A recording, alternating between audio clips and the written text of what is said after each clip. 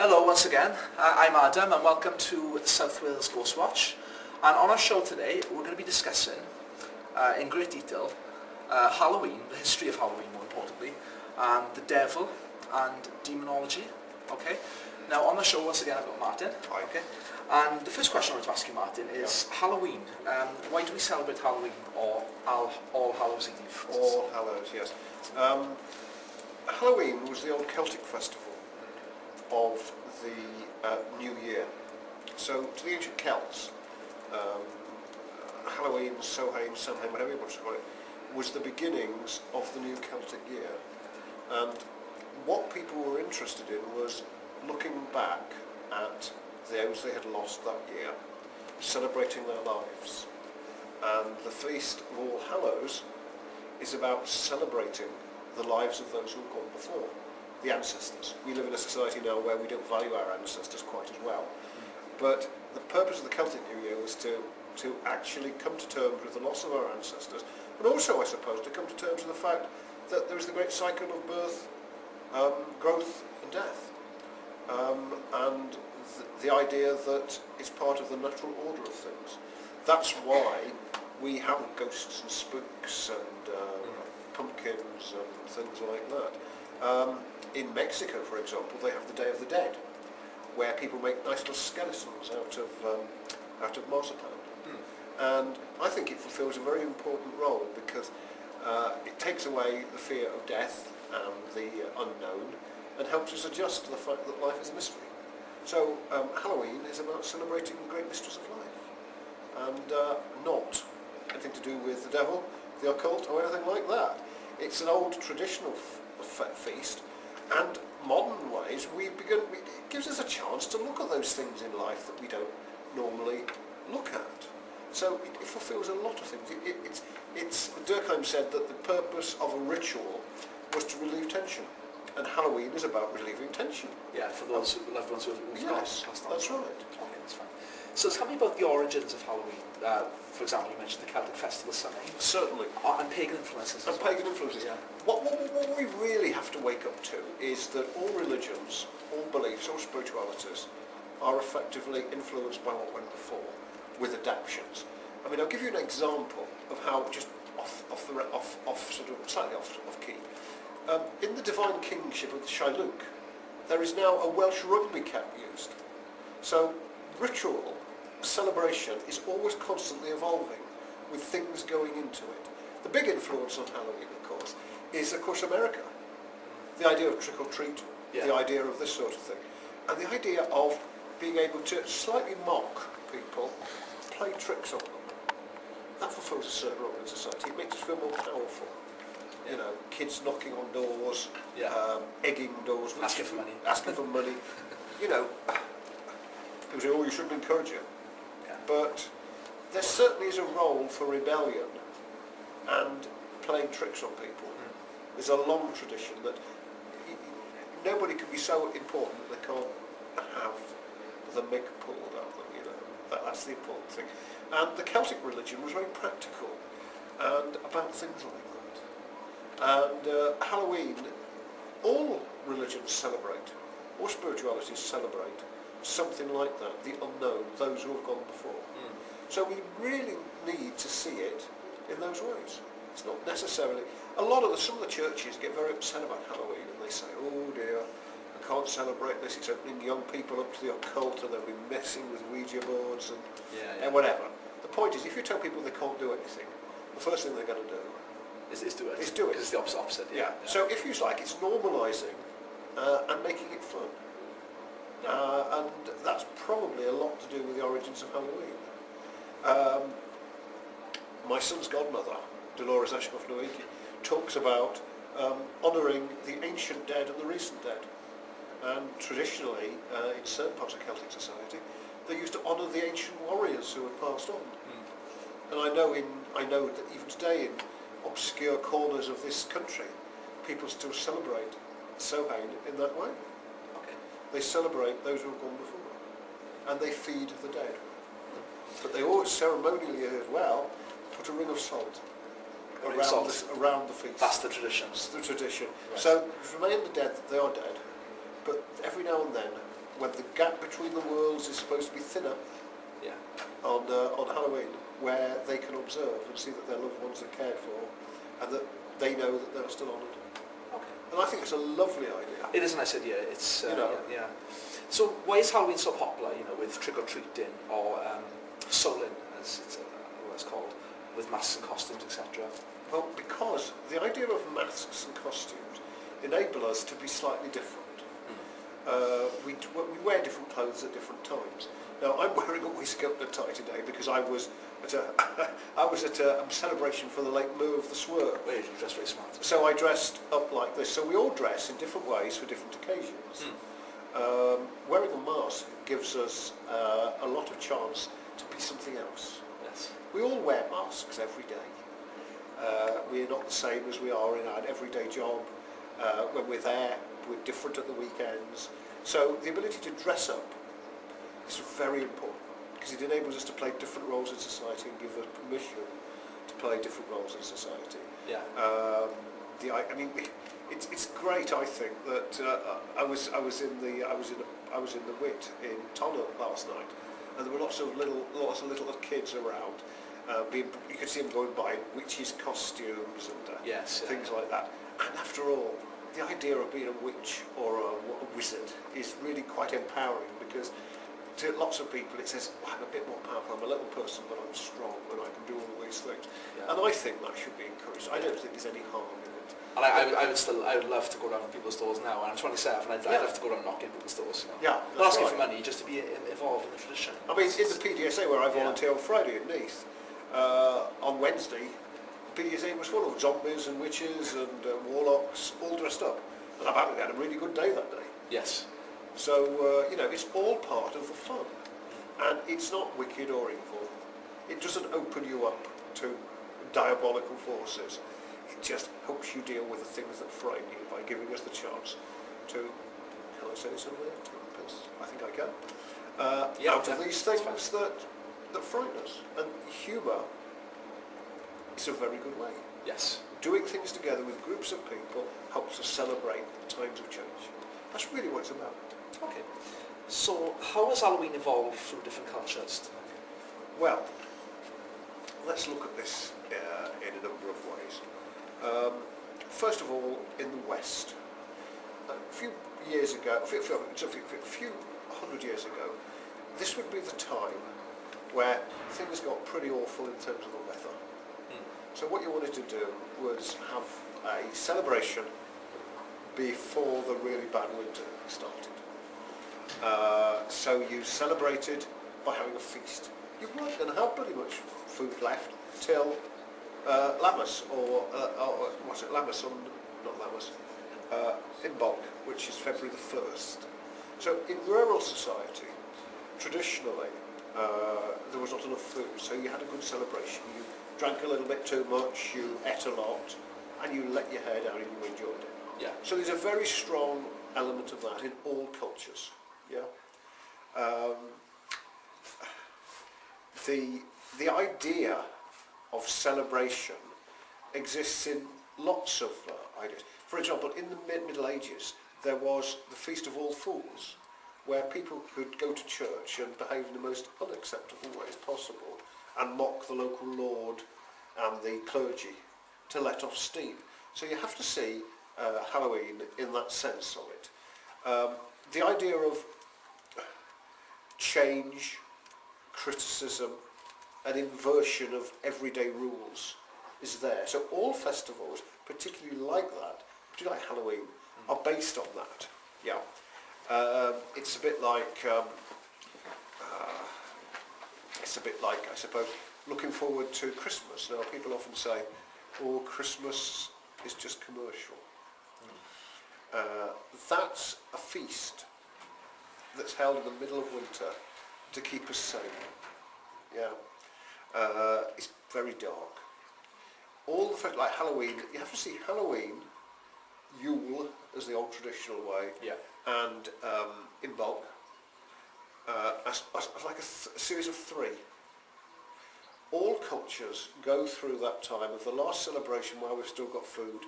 The very last bits of the harvest are just about to run out. we're going to exist on salted meat and turnips Yes, yeah. till the crops come again, the animals start breeding again. And you have to see Halloween in that sense. In traditional African societies, there are very similar rituals. It doesn't get cold there, but there will be a time when the game is not quite as plentiful and you need to celebrate it. Yes. In Mexico, you have strange mixtures called the Day of the Dead, where you celebrate those who have gone before.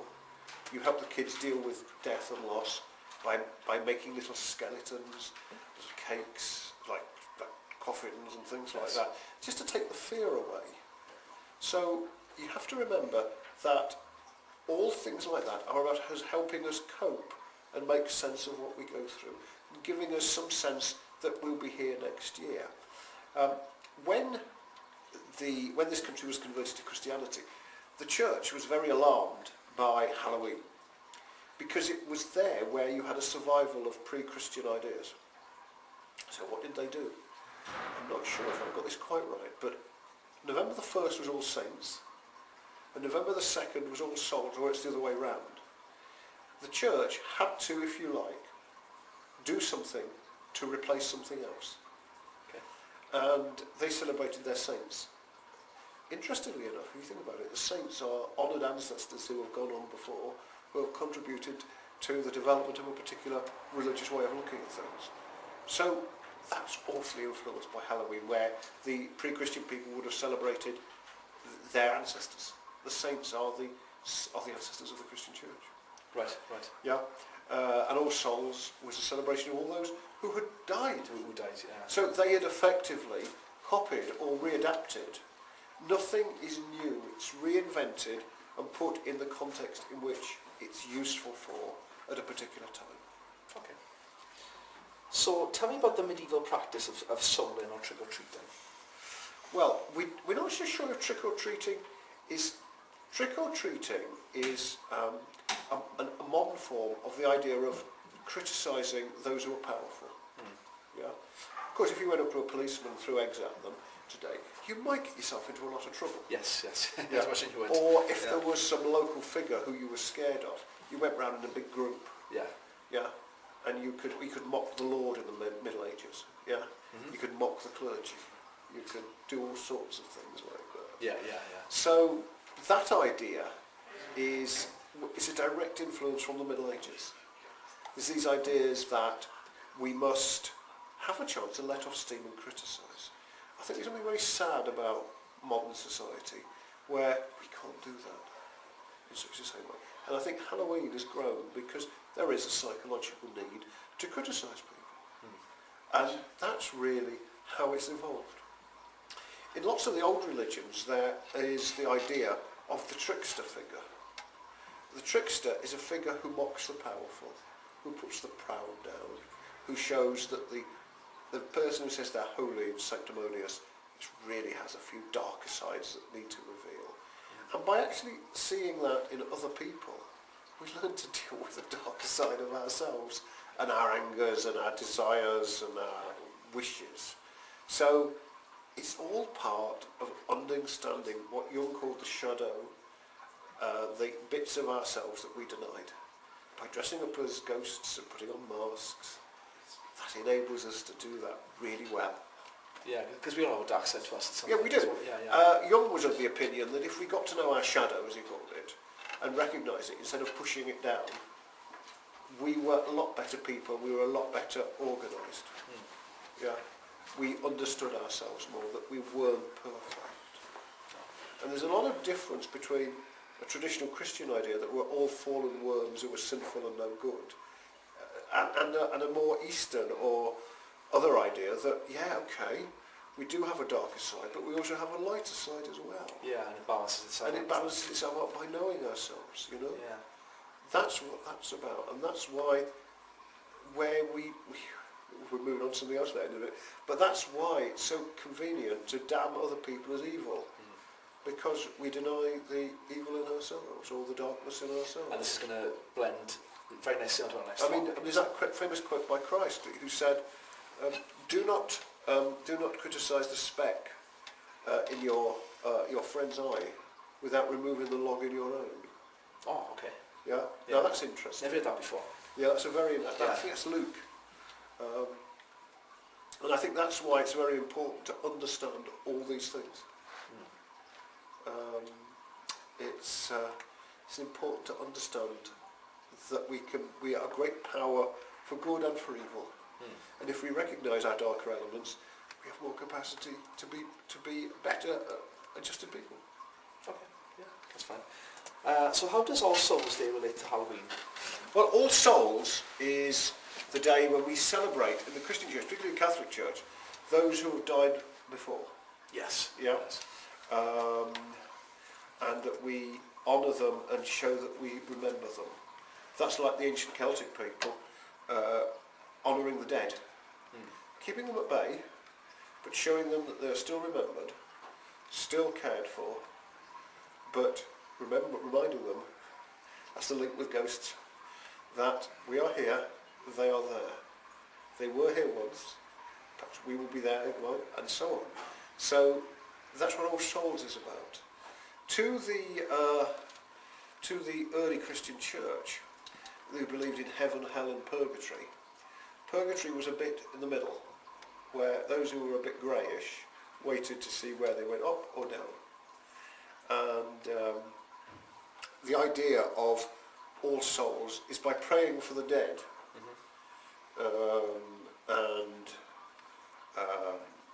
understanding what's gone on, we help them get to a better place. The Mormons, the Mormon Church, I'm going to make a picture, let's hope we don't get Mitt Romney as President of the United States, but despite the fact of that, the Mormons believe that you can baptise your ancestors and get them there to heaven. Okay. That's why they're so good at genealogy. So even if they've been bad in their life, you can baptise them to make sure they get some. Yes, that's right. Okay. So that's why you trace your ancestors back. Yeah. Yeah. And do some form of blessing, they make it. And that's the idea. There's a little bit of a link in Mormonism to the pre-Christian religions. Now most Mormons would freak out about that. But you can see the origins of it. And that's why you've got the idea of reaching back and rescuing. Shamans would call it soul retrieval. South Wales Ghost Watch would say they're perhaps finding out who's there and helping them move on. Yes. It's all the same thing. And it's just the method we use and the tolerance we have in understanding that we're really all after the same thing. It's just shown in different ways. Okay. Lovely. Okay, we'll move on to our next topic. Yes. We're going to be talking about demonology. Yes. And the study of demons. Yes. Okay, now we've probably all, people at home have got their idea of what Yes. a demon is. A demon, yes. How would you define a demon? Right. Okay. This is a vast topic. Yes. Where do I start? Well, to the traditional Christian belief, there are demons. There are also demons in Judaism, and in Islam there are things called jinn. D-J-I-N-N. Yes. These are darker forces that are the other side of the good side.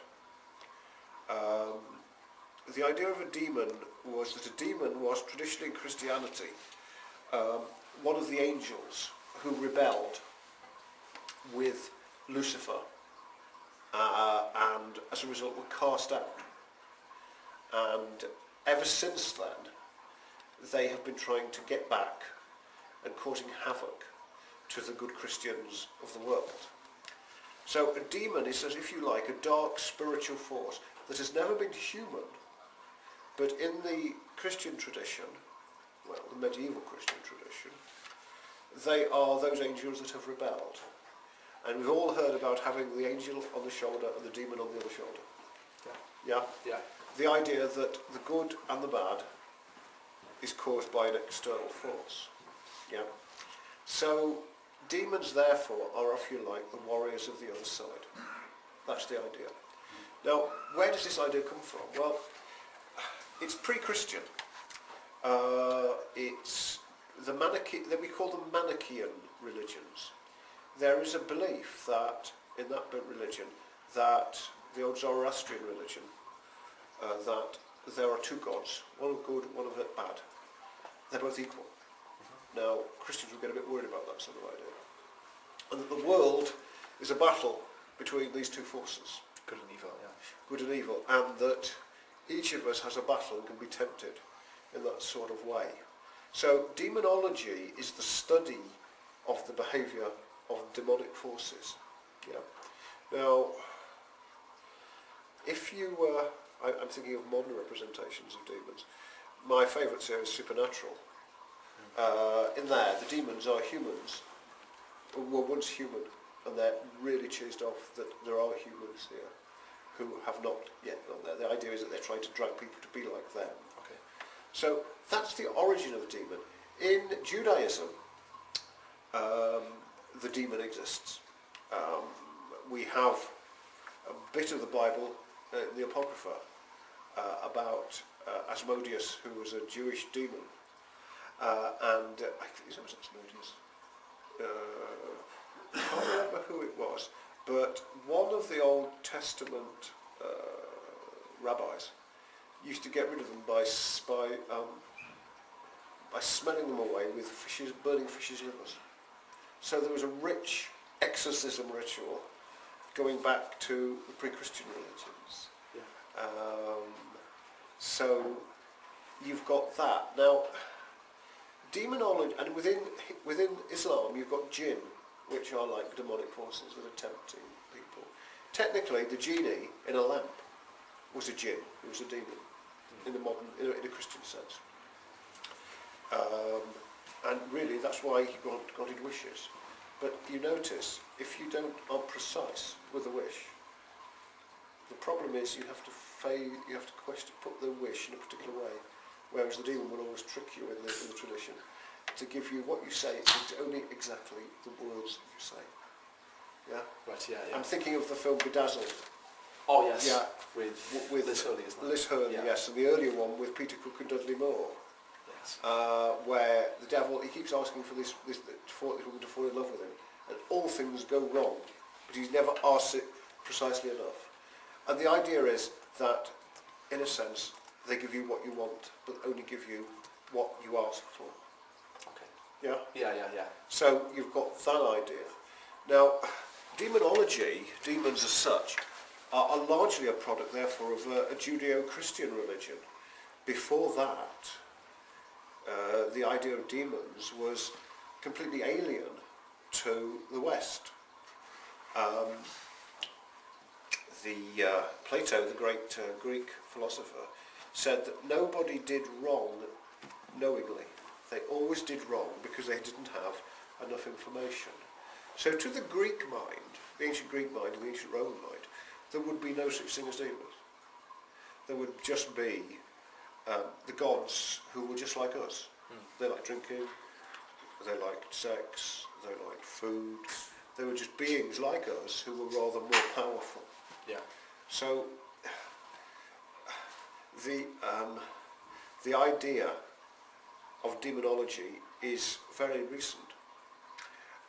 In fact, within the last 200-300 years,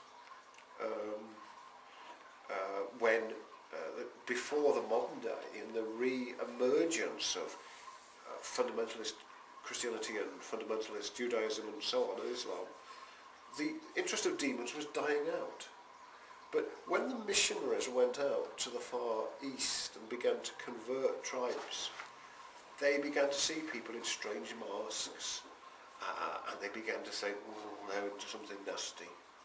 Yeah? Yeah. So the missionaries were largely responsible for a return of demonology. And the idea that the world is coming to an end in the great day of judgment is based on the book of Revelation. Now, the book of Revelation was not written about the end of the world. It was written by John of Patmos, who was a Christian mystic living on an island during the reign of the Emperor Nero. And the great beast was the Emperor Nero, who was a person of the Christian church. Okay. And in modern America, we've had a massive uprush of belief in demonology, the Antichrist, and all these sorts of things. And I remember in the 2008 general election watching a program on YouTube where some people were saying that Barack Obama was the Antichrist. Well, I must say, It's a bit heavy, isn't it? it's a bit heavy. I have great sympathy for Barack Obama, and really, if he was the Antichrist, I think he could have just zapped the Republican Congress and, zapped Mitt Romney with a few strands of lightning. But when something new and unknown happens, we tend to look at that new thing as a threat. So demonology is something that is got rid of by the Christians or the Jews or the Islamic mullahs. It's not something that is ancient. Okay. It's something that's fairly recent. Right. What the problem with demons is that it gives us a wonderful excuse to deny the more darker sides of ourselves and the things we do that we shouldn't do. We can always say, "Oh, I'm sorry, the devil tempted me." Or commit certain sins, Or commit certain sins. Gluttony, greed, lust, pride, envy. Yeah. So that's what that's about. It's something that is fairly recent. And I remember working with a client who was had a multiple personality. And she got mixed up with an evangelical church, and the local minister decided he was going to exorcise her. These were parts of her personality. Right. They weren't demons. She told him, the pastor, that she had a male character within her that was called Him. And Him was a very aggressive, practical figure who helped to do the wallpapering and the decorating. And I was interested in using these qualities in this particular aspect of herself more widely. So she told the pastor that she went to see her psychotherapist and he talked to him. Well, the next thing I knew, I was labelled as a bloody Satanist.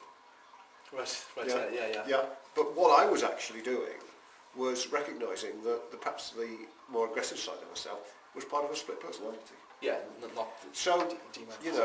you have to be so careful.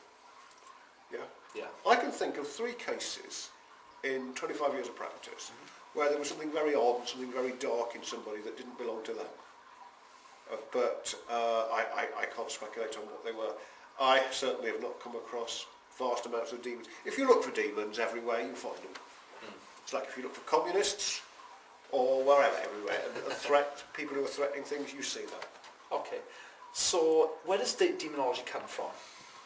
Right. Demonology was largely an invention of the 16th century. During the Middle Ages, there was what we call folk magic, where peasants, ordinary people, would do things like essentially herbalism, where they would use certain herbs, certain chants to make things better. But whenever there is a time in history where there is a change coming, people see threats everywhere. King James I came to the throne of this country after the end of the Tudor dynasty. He was Scottish. He was an outsider coming in to become King of England and Scotland. So the realm was quite disturbed.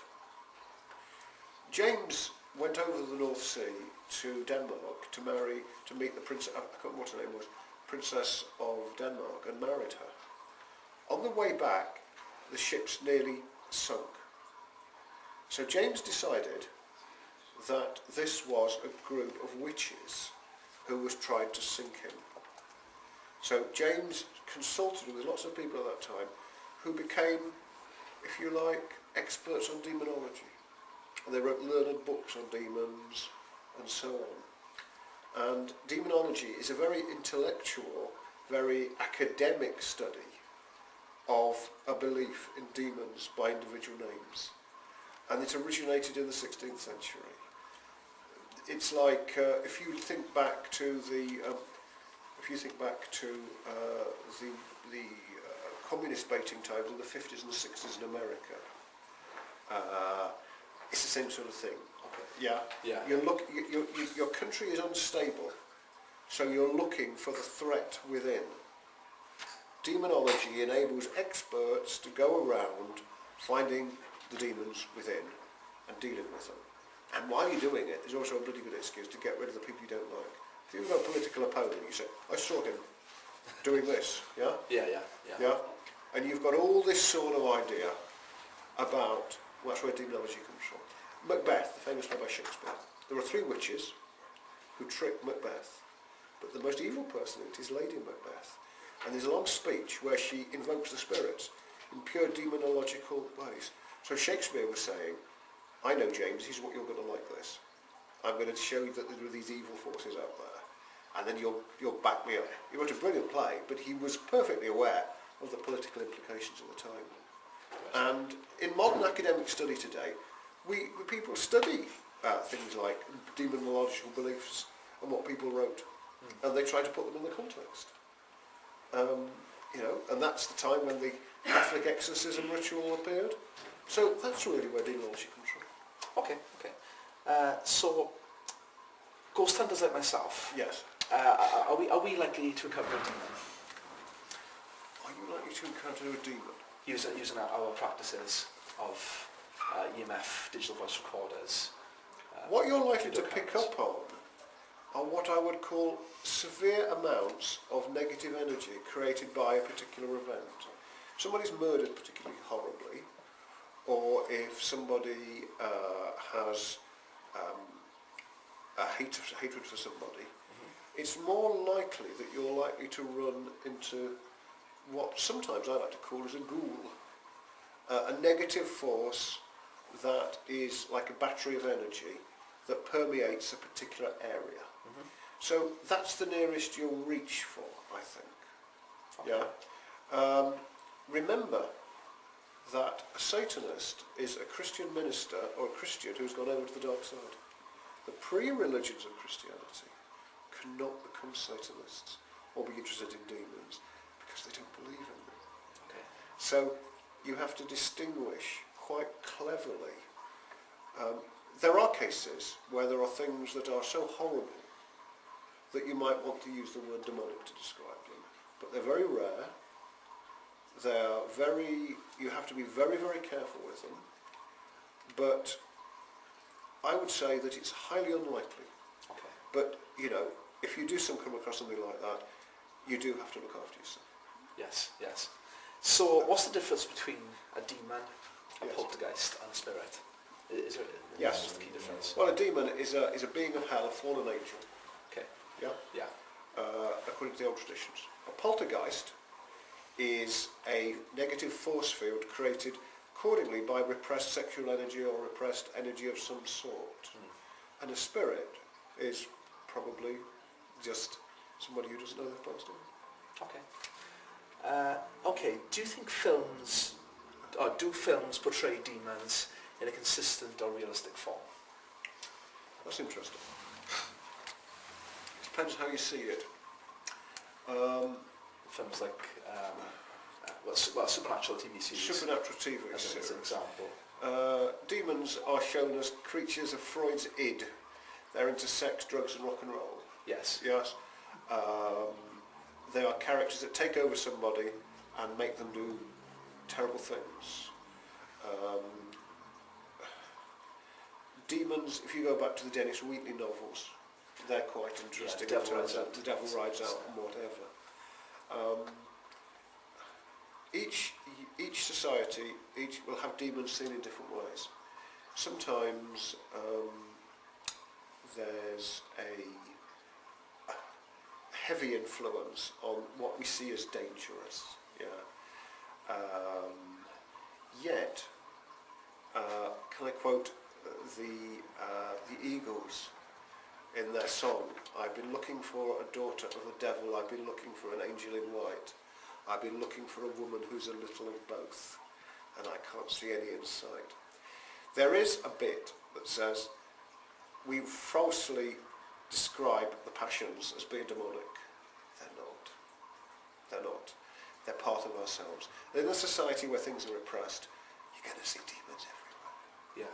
But really, what we've got to... Are we going to talk about the devil? Yes, we are. We're going to move on to that subject. Yeah, very because soon. that's we're moving into Yes. diabolical areas. Which brings us on to our next subject, the devil. Yeah.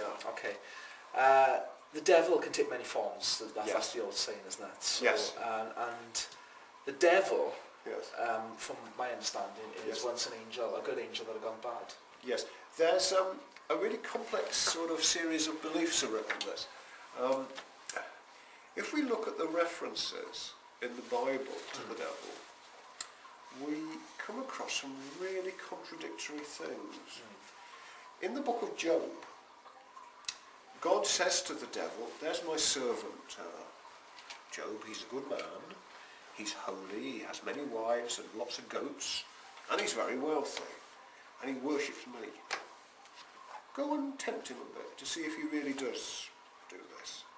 So God and the devil tempt him there. And so off he goes. He always sends off Satan, and he afflicts Job with a plague of boils. And he takes all his goats away, and his wife runs off with some bloke down the road, as wives do. And yet he still believes. Now in that book of Job, it's quite interesting. It shows that, according to that belief, the devil and God are chatting. And the devil is there as a means of tempting or testing the faithful. Now that gives us a clue. In the old Hebrew belief, there was a world after death called Sheol, where the dead went. And the ruler of that area was called Shaitan. Now Shaitan was put there at the command of Yahweh to look after the dead. Then there's a reference to Lucifer. Now Lucifer is the light bringer. He was the finest of the angels, and there's an old tradition that he rebelled. And what modern Christianity has tended to do, or medieval Christianity, is to confuse Lucifer and Shaitan and create Satan. And you find it really difficult to help convince people of this, because they confuse it. Lucifer was the light bringer, the evening star, who was there, the finest of all the angels. And there was an old hidden belief, still within certain mystical Christian traditions, that Lucifer was set there deliberately and performing a role to tempt the believers. So, in one of the Gospels, Jesus goes into the desert and is tempted by the devil.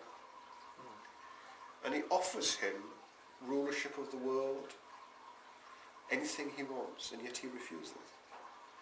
There he seems to be doing a role of tempting Jesus in the old Jewish tradition. Yeah. And then we get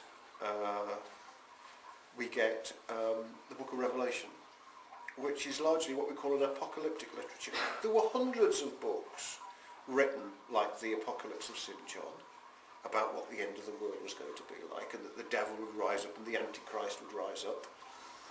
And we find that that was written wrongly. But you see, the Nicene, the Council of Nicaea, thought that the writer of the Gospel, of the book of Revelations, was John of the Apostle. So they stuck it in at the end. And really, it's so dramatic, the book of Revelations, that there is very little similarity between Shaitan, Lucifer, the Antichrist, and all these creatures. But modern evangelical Christianity has seen them all as one. They don't understand the historical and literary traditions by which this is done, which it comes from. And of course, a lot of young people who like to shock people by going round and they go and read books on Satanism, largely adolescent boys who want to look at pictures of naked women, which is a perfectly honourable thing to do. At that age, yeah. At that age to do. Well, I think perhaps all of us really want to do that even now, who knows. But it's perfectly honourable, and they do it as a shock thing. Yeah? Yes. Now, we have to say, yes, there is examples of real evil in the world.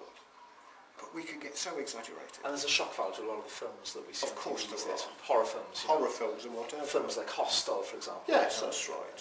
And where people are watching them purely for the shock value. That's right. Yeah, yeah. And if you look at things like the pentagram, you see a lot of people wearing pentagrams on their neck. And the church sees pentagram. But the true satanic sign is not the pentagram with the point up. It's when you get the 2 points at the top. It's the inversion. The pentagram in occult and other tradition represents humanity. It's an inversion. Just like the Nazis inverted the old swastika that the Aztecs used to show the sun in reverse, the symbol is there in different ways. So people usually operate on a basis of ignorance. Yes, I do say in very small cases there are things that I've come across, as I mentioned, 3 cases where I actually felt that I was in the presence of profound evil. But I assure you, it's very, very rare. And I think, the devil is often, and Satan is often misunderstood in terms of this, and we see them everywhere.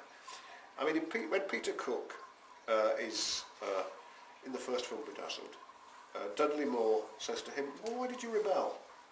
And he goes, okay, do you mind? I'm going to go to the top of this post box and I want you to worship me. And he's worshipping, he's gone for hours. And he goes, I'm bored. And the devil says to him in Bedazzled, you see, that was my point. Yeah? Yeah. The idea of giving humanity free will and understanding may well be part of that. As I said, there are mystical Christian groups that believe that Satan is doing God's will by tempting the believers. So I think we have to be ever so careful. And I'm sure that on YouTube I'm going to have loads and loads of horrible comments to say that I am the Antichrist now for saying all these things publicly. And if you think about it, films like The Omen, and who the Antichrist was, as it's very powerful. In the 18th century, early part of the 18th century, they said Napoleon Bonaparte was the Antichrist. Attila the Hun was the Antichrist. Saddam Hussein was the Antichrist. And as I said last time, 4 years ago in America, I saw a programme saying that Barack Obama was the Antichrist. Yeah, you mentioned that earlier. It's very convenient. But the best one they've got now is that the Antichrist will rise out of the environmental movement. Now, I'm a member of the Green Party, and isn't it interesting that that link of worshipping and protecting nature is seen as worshipping the devil? Because you're honouring the world. Right. So that's something very much about where all those ideas have come from. So is the devil a person, an entity, or a feeling that it lives deep inside us? That's interesting. According to the tradition, Christian tradition, he is an individual. Yeah? He's an actual person. He's an actual person. Yeah. I happen to believe that there are no individual gods as such, or God, that there are parts of ourselves. And I think the devil is a very convenient part to deny the dark side of ourselves. Okay. Just as it would be very difficult to have a personal God, so it would be even harder to have a personal devil, personal individual character who could say, well, let's see what Adam's thinking of tonight. Let's see what Ian's thinking of. Yeah. Yes, there are real evil. There are people who are terribly evil. Yes. But so serial killers, for example, I mean, could they be the devil incarnate, so to speak? So could they be things could have been done to them that make them appear to be the devil incarnate. But they're not actually the devil. Yeah, in 25 years of practice, I've never come across any evidence of satanic ritual practice where people are sacrificed or set up to do great evil things.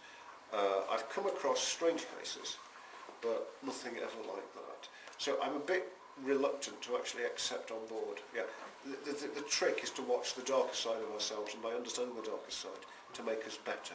As Abraham Lincoln said, to be aware of the better angels of our nature. We are, perhaps we should say, we should understand the demons of our own nature and understand it. In the Golden Compass, books by what's his name? I'm trying to think myself. Pullman, John Pullman. Yeah. He talks about daemons, D-A-E-M-O-N. Okay, right. Now, to the Greeks, the daemon was our soul. And in the Pullman books, the daemon is a character that goes with us in life. Yeah. it doesn't help that I call them daemons because technically they should be pronounced demons, but you use a word like that and people go, oh. So the daemon is a part of our soul. Parts of our soul has had all sorts of things happen to it. If horrible things occur to us, yes, we are capable of great evil. Okay. And I do think that possibly if you pray or chant to a demonic figure, you do create a battery of evil that may well influence you. Okay. Or you may have terrible things happen to you that cause that. I'm yet to be convinced of a personal devil.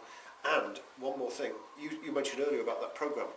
In the early part of the 6th century, the Ravenna mosaic, there is an angel in blue who is supposed to be Lucifer, who is helping the other angel judge the quick and the dead, the sheep and the goats. Yeah. Yeah. And along comes with that the belief that goats, wolves are elements out of the devil. But to that early church, it was part of the idea that Lucifer had a role in judging us. And I think that's really where we need to look. Yeah? Yeah. I keep an open mind on all things, but I am yet to be convinced that the devil, the demon, is there. In ancient Egypt, the god Set, who was black and dark and had a jackal's head, was seen as the Egyptian devil. He wasn't. But when the church first converted Egypt to Christianity, it was very convenient to see him in that way. The Pharaoh was supported on the throne by Horus, who was a character like the child Jesus, and Set was a figure that dealt with authority.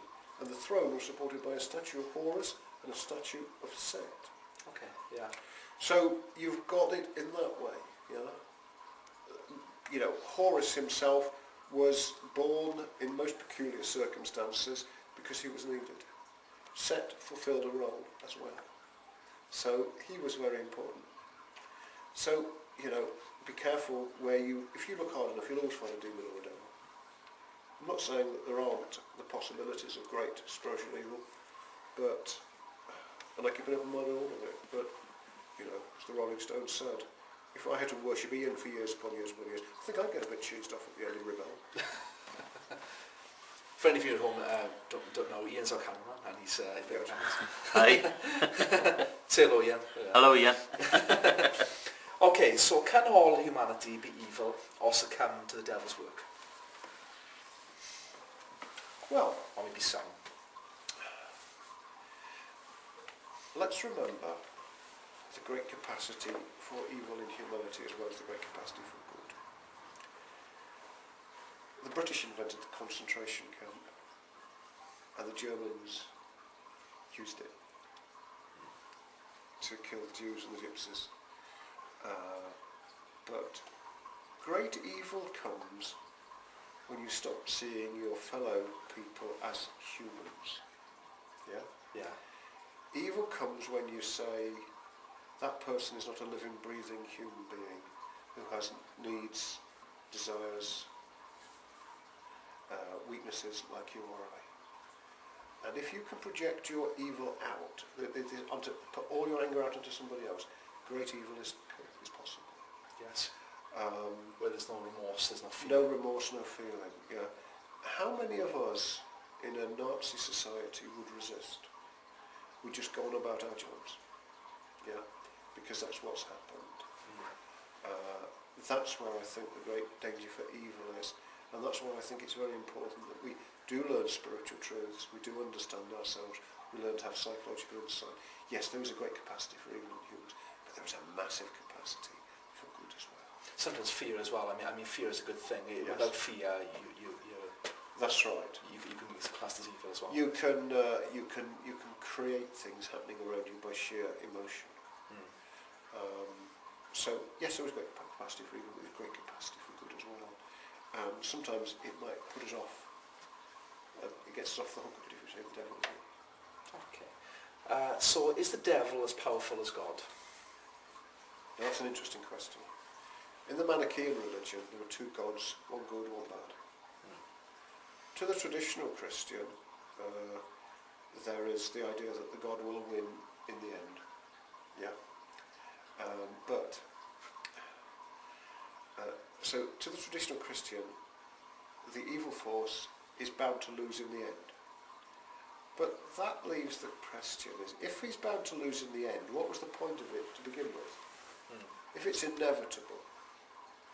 So I think perhaps the best way to look at that is to say it's easier to value powerful figures, to value an all-powerful, all-understanding force in nature that has to overcome the darker side of humanity. So we have to believe that good is more powerful. I think in the end the evidence is. I think we have to, otherwise we'll be violence is scared, getting we'll live in less, fear. there is more liberation for people, it's going that way. Yeah. Okay, yeah. So the hope is there that we are improving. Yes, okay, that's fine. So does the devil have control over humanity, not just the lives of sinners? That's an interesting thing.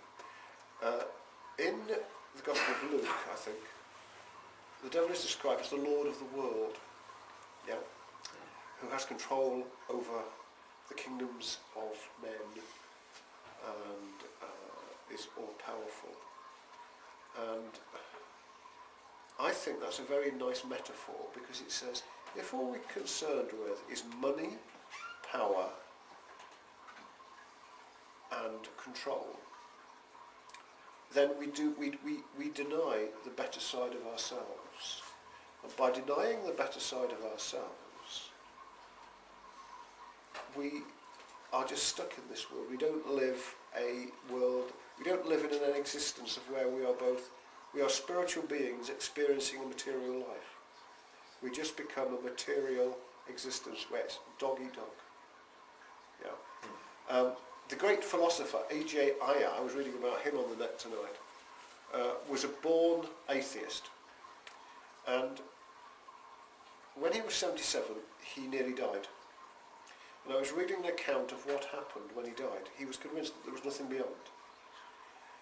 His doctor reported that when he came round, he was stunned because he had encountered some form of being of light. And although he recanted on it later, the immediate explanation was him to say, I'm not so convinced that there is nothing. So the trick is to lead a material life and a spiritual life, and to put it in balance. Yeah. And then we are better people. Yeah, yeah, exactly, and not do evil things. Yes. Yeah. So what is your view on films that portray the devil? Sex and violence will always sell movies. I'll give you an example. Have you seen a film called The Devil's Chair, by any chance? It's a British-made film. I don't think I have. Okay. Well, basically, it's about a guy, him and his girlfriend go to an abandoned asylum. Yes. Abandoned for years. Yes. And they're in there and doing what adolescent Yes. kids do, you know, and so forth. And they encounter this chair, this mysterious chair in Yes. the middle of the room. And his girlfriend sits in the chair. Yes. And then something horrible happens to her, something really Yes. terrible. Yes. Her body, her corpse, Yes. gets eaten up by the Yes. chair. The chair is kind of pure evil, Yes. and it destroys her, shreds her body, and her body Yes. is a massive mess on the floor. Now the guy then gets sent to a mental asylum for Yes. about 10 Yes. years for insanity, Yes. for killing his girlfriend. He has no memory of that, and the chair has completely destroyed her. Yes. And he's considered crazy. Yes. But he comes back and he escapes, and he has visions and stuff Yes. that he was possessed by the devil. Yes. And there's also films like The Devil's Rejects, Yes. Amityville, The Exorcist. Yes. Yes. What's your view on those kind of They're films? very traditional ideas of making evil as some force out there that affects us. But I do think that if lots of negative events occur in a particular place, then it can be very influential. That's how we explain it. Any emotion in a quantum universe, energy and emotion colours or paints an area. Yeah. And if great evil occurs in a particular thing or is associated with a particular thing, then it's really powerful. There's a very famous film that influenced me called Prince of Darkness by John Carpenter. It's where a group of theologians and scientists find this vessel that's being opened from the inside. The church has kept it hidden for years, and they realise that it's some great being about to burst through and destroy the world. And I think that the idea of painting or influencing areas by negative or positive thought is very powerful. I went to the Vatican years ago, and I found certain areas made you tingle with spiritual joy. And other areas were just dead. It's down to us how we colour things. It's down to us how we do things. Okay. Well, thanks very much for you. coming on the show, and that's all we have time for tonight, guys. But yeah, tune in next Thursday, where we don't know what the topic is next Thursday, but we're going to be working on it, and we're going to be having some discussions this week on the next topic for next week. Tune in Thursday, 7 o'clock, usual time. Thanks for a very good evening. Bye.